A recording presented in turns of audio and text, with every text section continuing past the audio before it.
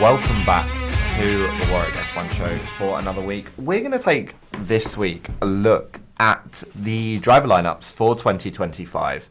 Starting to come together, a few moves have been made over the last few days and weeks. The grid starting to shape up, but we're going to have a quick look at what we think it might end up being for some of the drivers that have yet to be confirmed. I'm joined today by Callum and Chinmay, and I think we may as well start from the top with Red Bull. Obviously, Verstappen confirmed at the team in, I guess, maybe in spite of perhaps the chaos that is kind of swirling around Red Bull. Obviously, the departure of Adrian Newey, a big one, but as of now, Verstappen still confirmed at the Milton Keynes outfit, but his teammate still up in the air at the moment. And I guess that's the first one to start off with. Do we think Perez will be on the grid in 2025?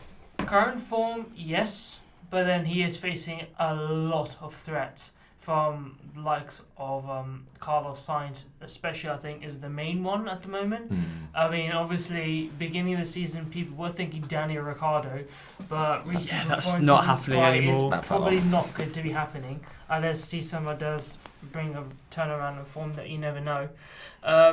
But yeah, Yuki Tsunoda doesn't seem to be a front runner. Which doesn't... Which that doesn't make sense to me. I know. Like, I mean, we'll probably come on to it a bit later when we talk about RB.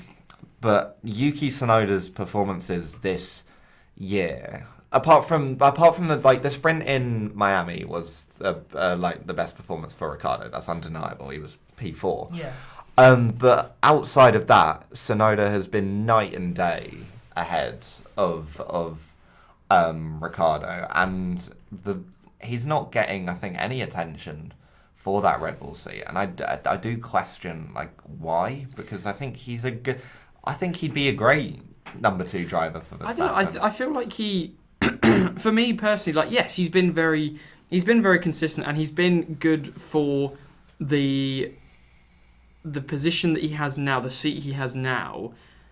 But I just can't see him being able to make that step up to Red Bull, either because I feel like maybe he has to, if he was to deserve that Red Bull seat now, he has to kind of go above and beyond what the team expect of him, and I feel like he hasn't gone that extra mile yet. He's just been he's obviously been very consistent and meeting the team goals superbly, but he hasn't kind of blown away the competition or anything like that. And also I feel like you maybe needs a bit more maturity if he wants to go for that Red Bull seat, because it is a big responsibility and you're going to be under so much pressure, as we've seen from drivers in the past.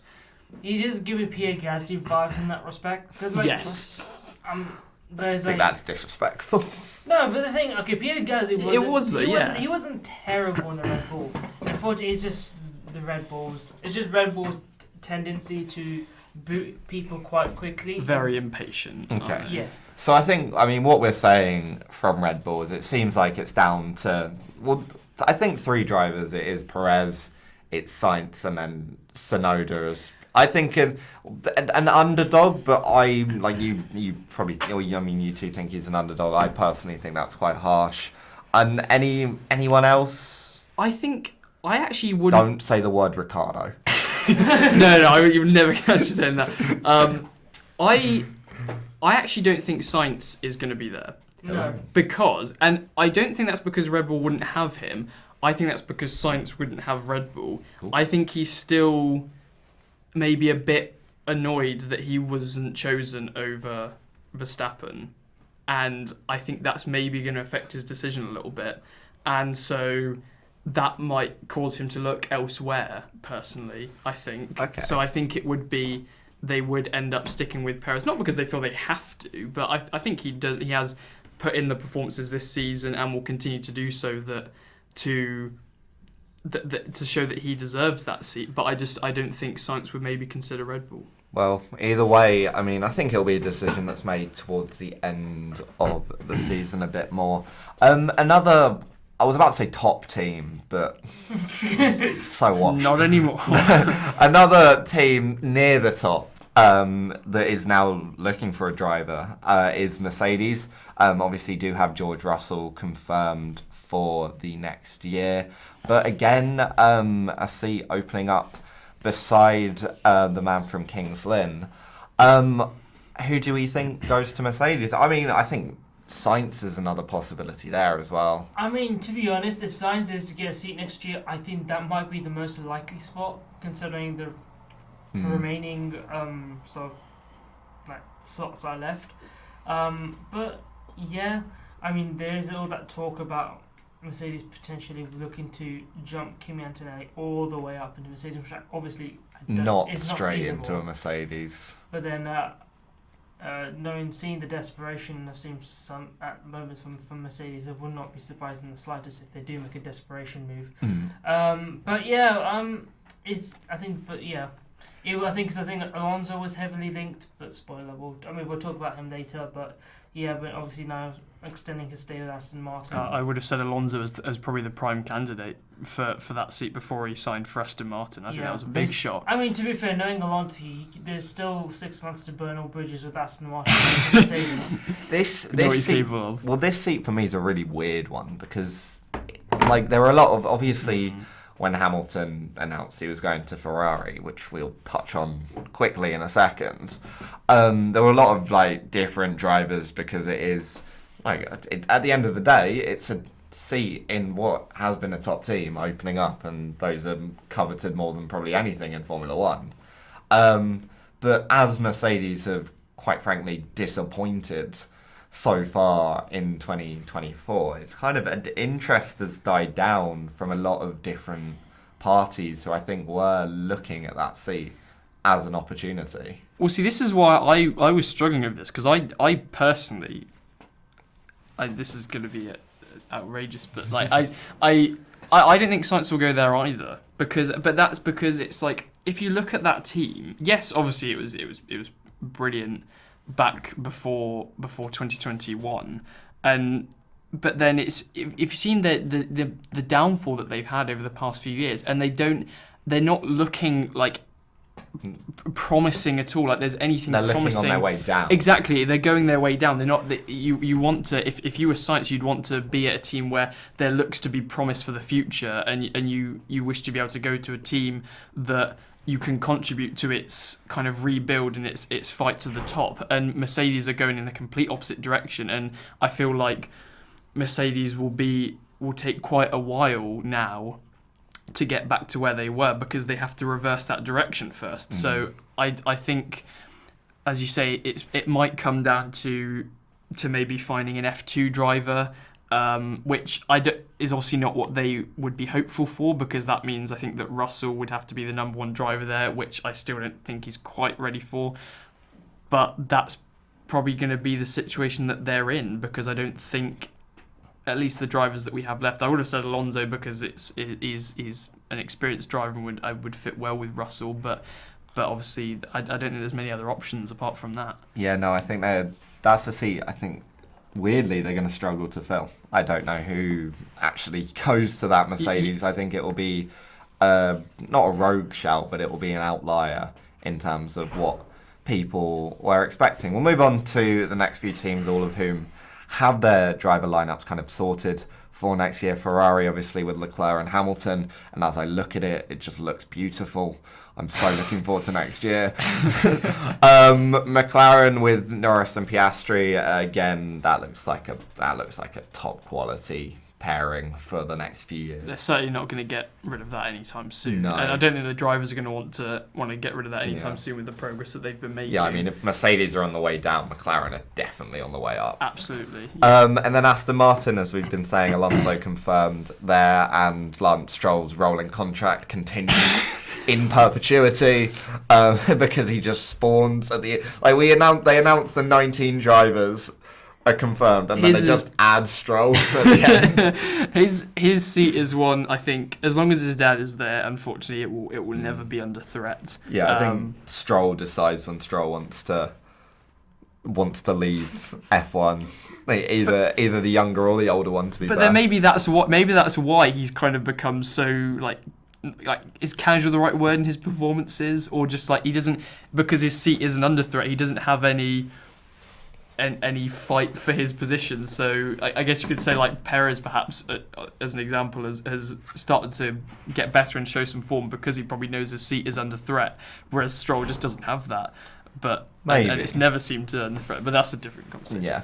Right, the next team on our list is Alpine. Both drivers who have yet to be confirmed, and I mean there are two teams that have yet to confirm both drivers. Three teams, sorry, that have yet to confirm both drivers. But for me, Alpine, I think, are the ones that are most likely, at the moment at least, I think most likely to continue with the driver lineup pairing that they've got. To be fair, Mercedes, Gasly was one that we didn't mention to Mercedes, which now I'm thinking about it, there is potential there for Gasly to move on. I think if they were not to continue with the partnership, it would be a driver decision, yes, as opposed to a team decision. They can't really get rid of either. It would be unfair and unwise, to be fair, from Alpine if they were to get rid of either drivers, because they don't really have enough evidence to say that the drivers haven't been up to standard, because it's the car which has just been rubbish all season. And there's not much space for the drivers to move away from Alpine as well. Yeah. Honestly, I could see either one of them either one of them going to Mercedes would be good. Well, be a better move for them at the moment. But yes, it would be. It's like going from low to slightly higher these days. But no, I think Alpine's probably a team where there's less kind of discussion. A, because they're not doing very well, and then B, because I think honestly having two French drivers in a French team just kind of works. And everyone thought Gasly and Ocon, obviously, I don't think, they've not been the best of friends, I think, to put it mildly, prior to them being teammates. They've actually been fine with each other, at least from what it looks like. Like, they've been reasonable. But there's not much for a car to compete with each other. No, exactly. And that's that might be one of the reasons why. Yeah. But yeah, they've been fine. It's no reason for Alpine to make any decisions. So move on from Alpine, which apparently the rest of the grid is also doing when they go quite far ahead of them. So moving on to Haas. Haas is an interesting one because prior to the next team we'll talk about, I thought one of their drivers was quite secure in Nico Hülkenberg, who has now moved to Sauber. But no, they've got two drivers that need to be confirmed. I think it's fair to say that following his performance in Jeddah, a certain Brit will be one of them. Yes, yeah. I think after that performance, Ollie Behrman there'll be lots of people around F1 who will be wanting to see him in F1 as soon as possible and seeing what he can do for a season long. And Haas is the perfect team for other teams to be able to trial that, I'd say. Yeah, and to be honest, the Behrman to Haas to Ferrari pipeline, assuming he performs when Lewis Hamilton retires, is quite it's what's the word? It's like it makes sense basically. Yes, yeah, it's. So I think Behrman. I think we're all in agreement here that Behrman will probably be a name on that list sooner rather than later. His teammate, I would have, as I said, I would have said Nico Hülkenberg probably to stay at Haas, but has now moved. So I think it will probably end up being Kevin Magnussen for 1 or 2 more years. Yeah. I think he's demonstrated this year to quite drastic effect that he is a very good team player. Yes, he'll do anything for the team and literally do anything. Including risking a race ban for the points. 65 seconds worth of penalties over a weekend is incredible. But no, I think it makes sense. You've got someone I think entering the later stages of their career, maybe slowing down a little bit. Maybe a bit unfair to say, but to kind of mentor an Ollie Behrman coming into the sport. And then that gives kind of that Ferrari Academy a few more years to produce another young driver that potentially could drop into that Haas seat, or maybe even they go over to the States and grab a driver from IndyCar to fill a seat. But I think for the time, Pat Ward can finally make his way to maybe, yeah, why not? But for the time being, I think Magnussen in that second seat is probably the pick I'd go for. I don't know about you guys. Yeah, I think I don't really see any reason to get rid of Magnussen, and I think for a team like Haas, that should be enough to keep him. It's not like we've said, it's a bit of an odd one where, because I guess if you were talking about a top team, then you would talk about, like, even if they've been performing, then you might not say that they've been performing to the standards of the team or something like that. But I think with a team like Haas, you can't, like, maybe beggars can't be choosers, and there's no reason to get rid of him. He hasn't necessarily been, like, bad this season. I wouldn't say he's been outstanding. He's just performed for what the team has demanded for. He's done exactly what was needed of him, and that ultimately has got Haas points. And to be honest, I think it's fair to say at the start of the season we were all a bit sceptical about how well Haas would do. They've come out of it and been night and day, like probably the seventh fastest team, maybe sixth on their day. Strangely, Gunther Steiner leaves and Haas make their way up the table. I hope that one is not linked to the other. But I think Magnussen. I mean, Chinmay, do you kind of think anyone else but Magnussen, really? Not really, no. No, I think not for long. I think it's 1 or 2 years, maybe. There's not many other options out there, is there? Maybe a Alpine driver goes to Haas. Be an odd transfer. But no, Sauber. Obviously, we've been mentioning Nico Hülkenberg has announced his decision to go to Sauber, which then obviously becomes Audi in 2026. And I think you've got to keep that in mind, that it does become Audi, which is why I'd say, and it really isn't. He doesn't.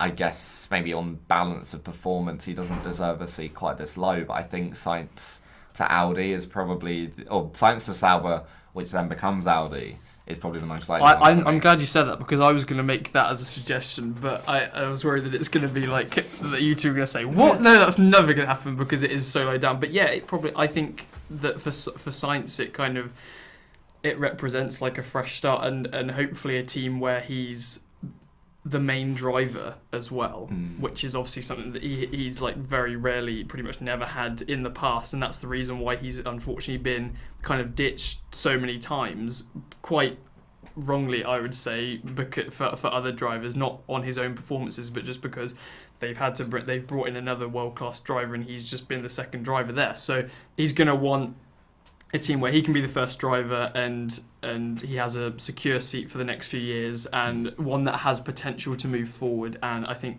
that at the moment that looks like Sauber and moving into Audi. And I think as well, Carlos Sainz's father, Carlos Sainz Sr., building that relationship with Audi, winning Dakar this year. I think all signs are pointing perhaps towards Sainz to Sauber and then obviously Audi. Is there anyone else it could possibly be? I mean, you could maybe put a Bearman in there, unless you were to, because obviously it doesn't come out until 2026, correct? So you could maybe see Sainz only like maybe taking a year out and then coming back in 2026, and in that case, I think the decision, well, not that would be confirmed for a little while yet, but it might be they might just stick with either Joe Guan Yu or Valtteri Bottas. Oh yeah, that's a good. I forgot they have drivers. They do have drivers at the moment. One of whom I want to say might be leaving the sport, because would a Zhou or I think if Bottas gets replaced, it's very much not curtains, but I can't see a team picking up Bottas. Maybe it's harsh. Would you rather put Bottas, if both of them wanted to stay, who would you put in that second seat though? I think Bottas. I think Zhou and then replace him with Sainz. I think if they did your idea with Audi and Sainz, I think I'd probably take Zhou. But then if they did that decision now, then it wouldn't. You wouldn't have to worry about it too much because it's only for a year, and I guess maybe in that situation, if you knew that Sainz was coming in for 2026 now, then maybe you would pick Bottas because you know it's only for a year. You're not keeping Zhou Guanyu as a kind of a prospect driver or anything like that. So yeah. I mean, could be. I think it will be interesting to kind of see what happens with that second Sauber seat. There are a few on here that I'm more interested to see what happens and like less sure on what will happen. I mean, what do you think, Chinmay? Are we talking Zhou, Bottas, or Sainz, or someone else entirely? Probably at the moment Guanyu Zhou, mainly just to keep the funding up. Yeah, that was for funding reasons. I say Guanyu Zhou, and plus obviously outreach to the Chinese market. Because you saw his reception in Shanghai was incredible. Yeah, I mean, especially considering that was the first time he finally had a Chinese driver and finally managed to race in China. So yeah, I think that one's more up in the air money at the talks. moment. 2 teams to go. Williams recently, actually yesterday, as we're recording this, confirming Alex Albon to a multi-year deal, which fair. I think that's quite a good. It's quite a good partnership. I think for even the if he two of wasn't them. confirmed, you're pretty confident that you're going to stay there. It's not, again, he's done I think brilliantly. And well, since what happened in Australia, where they gave him Logan Sargent's car, shows you how much faith they have in his ability to drive well in a race weekend. It is unfortunate because that other seat is. Right. I think it's I have a soft spot for Logan Sargent. I think Why? I think he does the best he can in circumstances and maybe cars that aren't as easy to drive as they appear. But he does make too many mistakes. The best is not good enough. I don't think there's not as much evidence. I think that I don't think Logan Sargent is a bad driver. I just don't think he is suited for F1.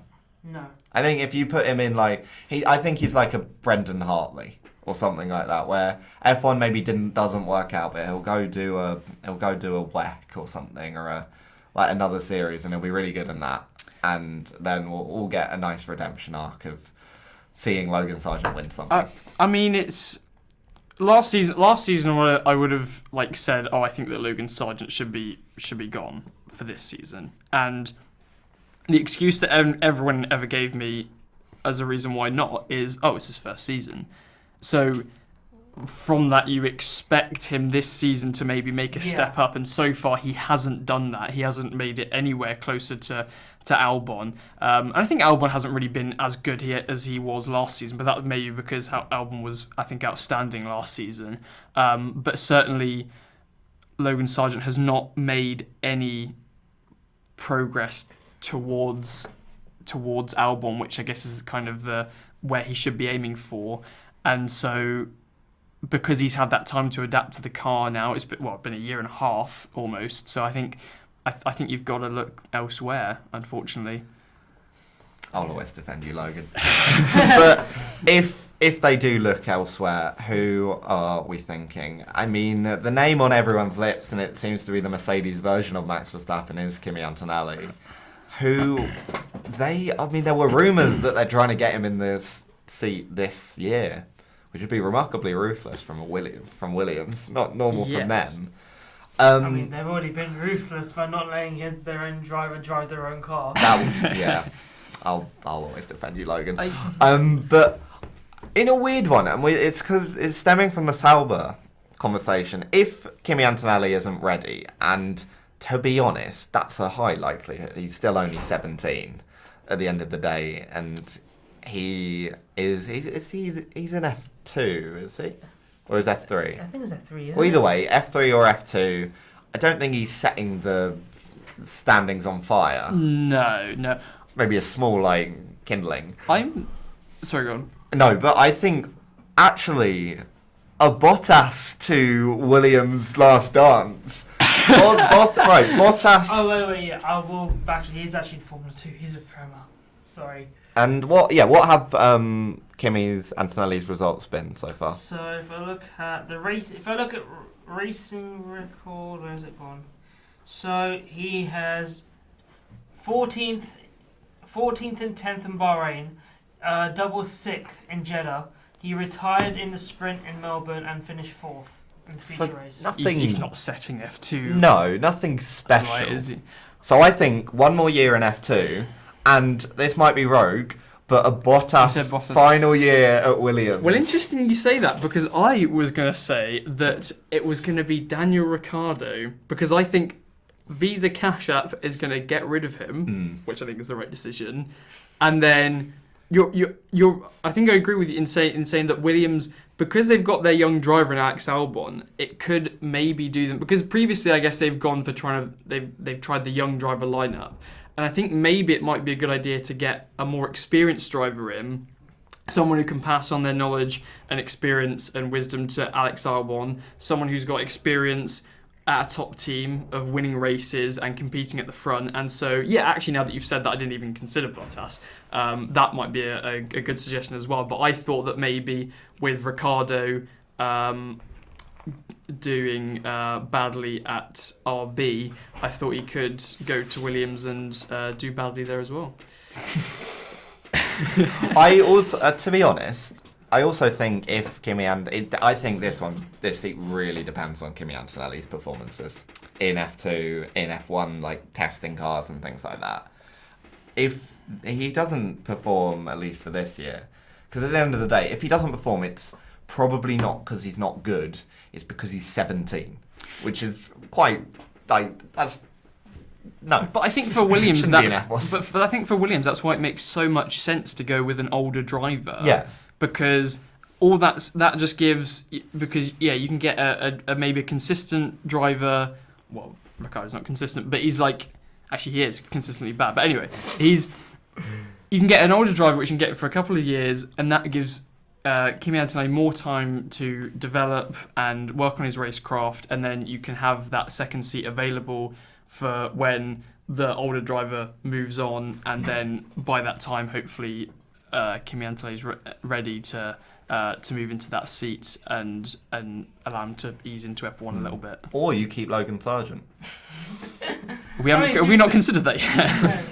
Yeah. I mean, what are you thinking? I mean, to be honest, my judgment is still out there for Logan, because it's still relatively early days in the season. They've only had about 6 or 7 races. We've still got a massive chunk of the season to go.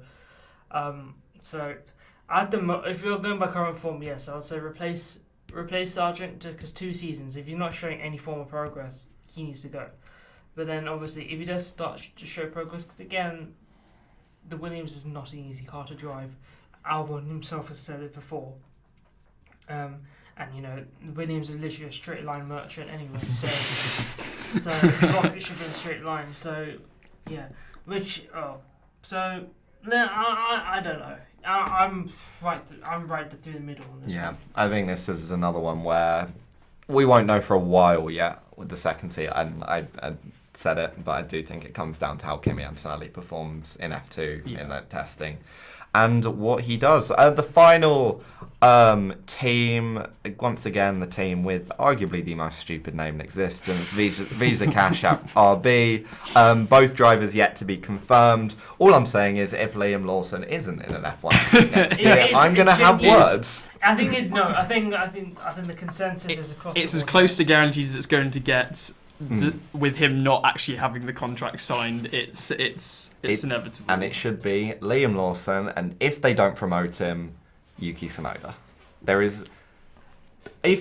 I think Tsunoda leaves the Red RB out, like the Red Bull family, potentially, if they don't promote him this year.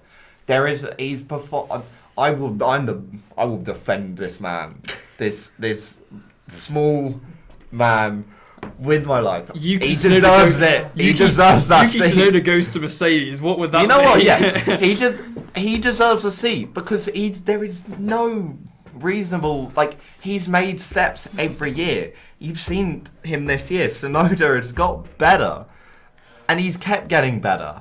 And he's performed in a car that reasonably isn't the greatest on its day, but sometimes it is. And when it is, he's performed every week so far. He's phenomenal, but I think you've also got to take into account as well that it's not just about him making the step up to Red Bull and whether he's ready. It's about whether that seat in Red Bull is actually available. It is. Replace It's Perez.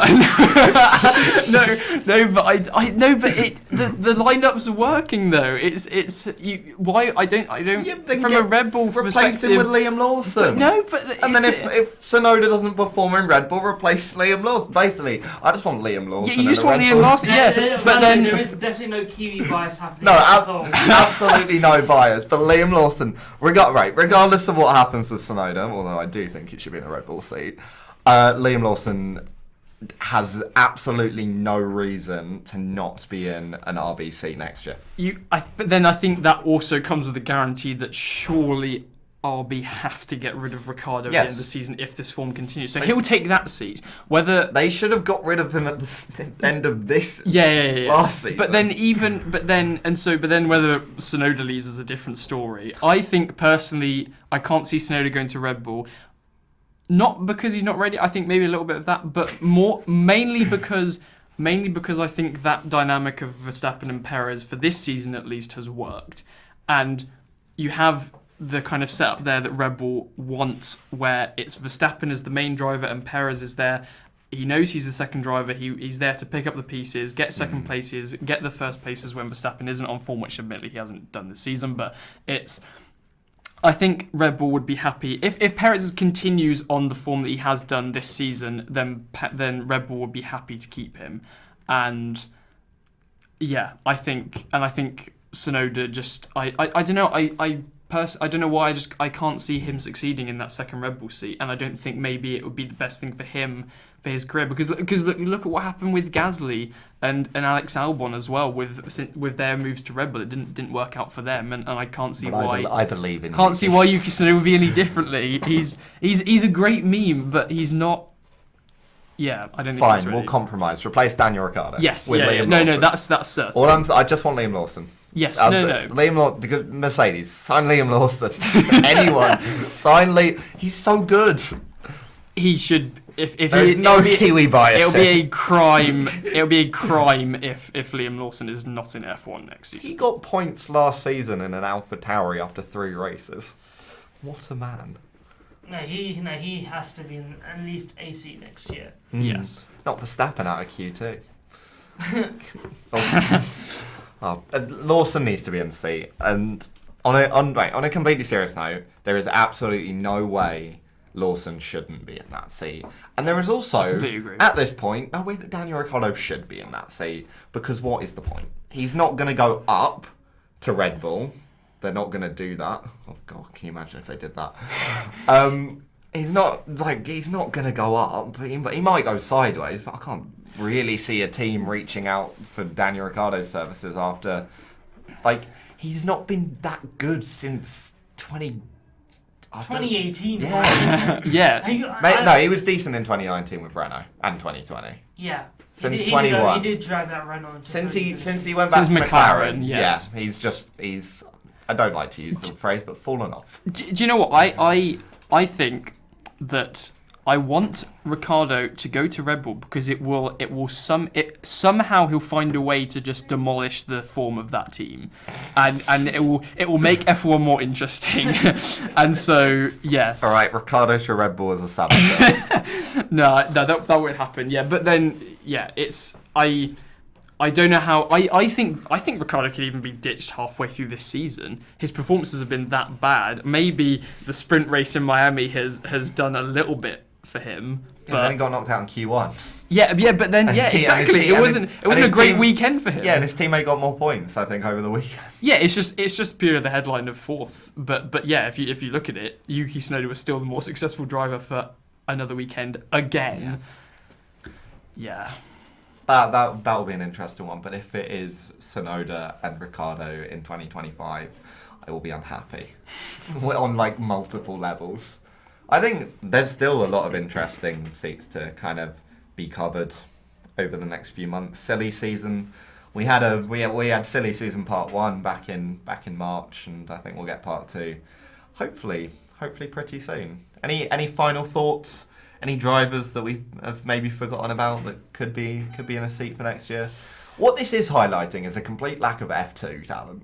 Well, Not lack of F2 talent, that's harsh, but a lack of current F2 prospects that look like their potential. There's only really Behrman and Kimi Antonelli is like. But then realistically, you'd only say Behrman because he's come under the attention of F1 from him being brought up to Jeddah. And if you look at his F1, I don't even know what his F2 performances have even been like. I remember checking last time, and they weren't. I do think they weren't brilliant. I do think he scored more points in F1 than F2 this season. Yes, no, but he had done like around the time of that, and it's. Yeah, I don't think it's been brilliant. We're aggressively looking for his. Is there anyone else? No one from like IndyCar, Colton Herta, as we've seen, getting the super license points has been an absolute pain, which is a bit absurd considering how good the fact is they put IndyCar at the same level as Formula 3, which is absurd. So Zane Maloney is currently topping the standings. I think he's part of the Red Bull family. He's Sauber. No, I think he's a Sauber reserve. I think. Is he? Yeah. Could be an option. Paul Aaron, Dennis Hauger is another one that's kind of been up there. Isaac Hajar, Kashmani, Fittipaldi, Behrman. Has scored 2 points. Oh dear. To be fair, I think he put it on pole in Jeddah and then got withdrawn to go race in F1. But there's not really anyone standing out to me on that list. But maybe I'm thinking the big bosses at F1 teams know more than I do. At least I hope they do. But anyone else? Have we forgotten anyone?